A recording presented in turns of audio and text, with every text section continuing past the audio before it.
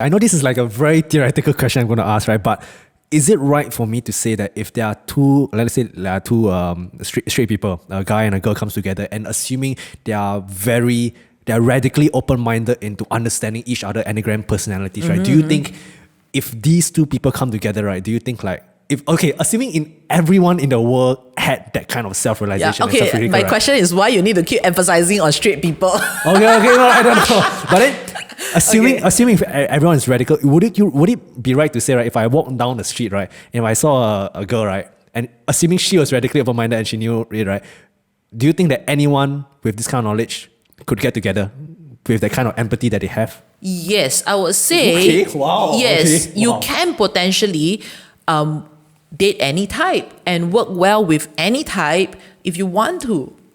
Okay. Yeah, it's really not about just picking the right one. It's about whether you have that right one to work through things and being committed to work through the differences with you. So actually, right, if you think about it, right, if I were to just dump this relationship and I go for another person thinking that it's going to be better, but do you know the work that needs to be done is almost the same? It's just that this one you do halfway you don't want to do, right? So you dump it, right? So now a new person comes in, right?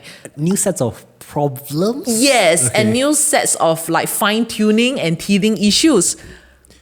The tolerance level, am I right to say that? Tolerance level.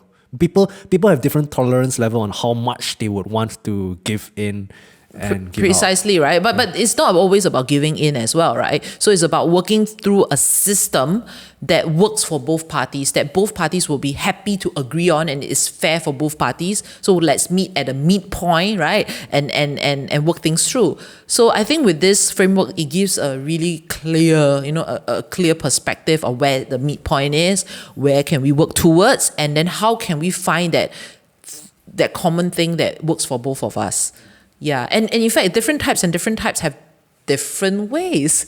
So that gives you how many permutation? Quite a lot. Do your math. Yeah. So you have 9 times 8 times 7 times 6 times 5 times 3 times 2 times 1, right? Yeah. So that is the amount of permutation that there is. So that's why there is really no one-size-fits-all solutions to all relationship problem. There isn't. Of course, you can say, practice listening skills, Okay, that's the generic stuff, right?